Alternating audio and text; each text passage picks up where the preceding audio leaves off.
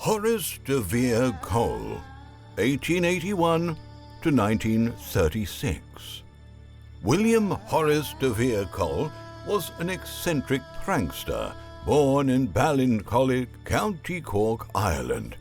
It takes a special kind of someone to be historically labelled a prankster. These are, generally speaking, not the sort of person you'd want to sit next to at a formal dinner, or quite honestly, generally associate with at all. The untwisted the top of the salt or put cling film over the toilet bowl sort of person makes me itch. I can't help but feel that there's a shallow grave somewhere which could be made useful by dint of a hastily utilized cricket bat and a rolled-up carpet.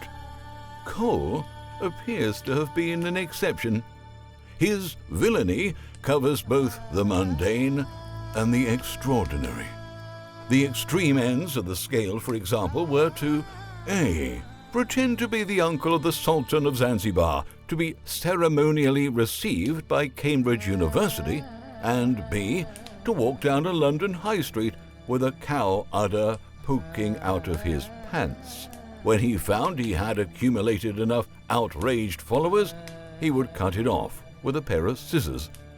He once challenged a local MP to a foot race on a London street, giving him a 10-yard head start.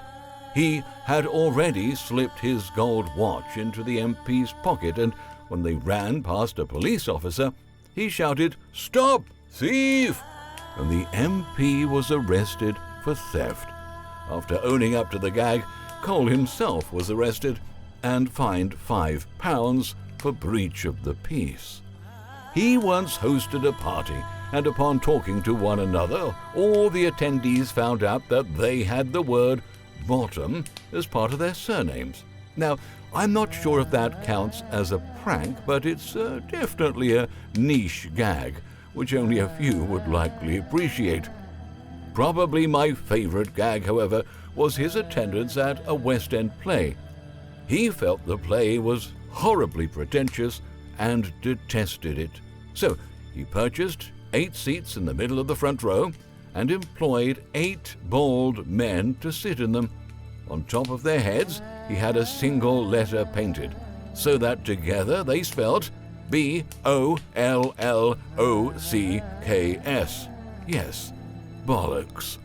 His most famous prank, however, was that upon the captain of the flagship of the Royal Navy, the Dreadnought.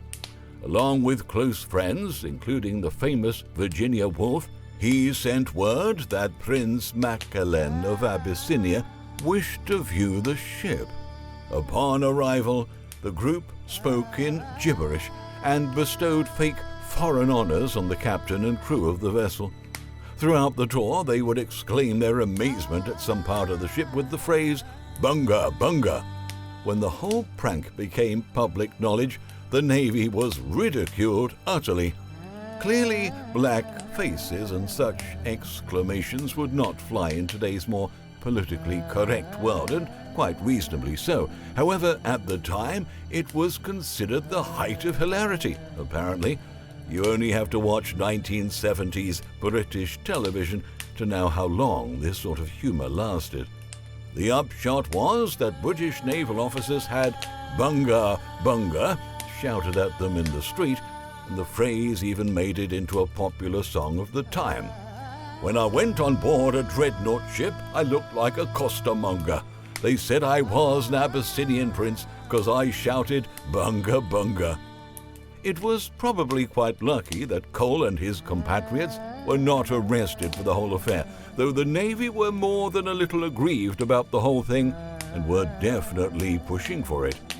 Cole and friends, except for Virginia Woolf, were subject to a symbolic thrashing of the buttocks by junior naval officers, a penalty which would likely be considered ludicrous by today's standards. Alas, karma finally caught up with Cole.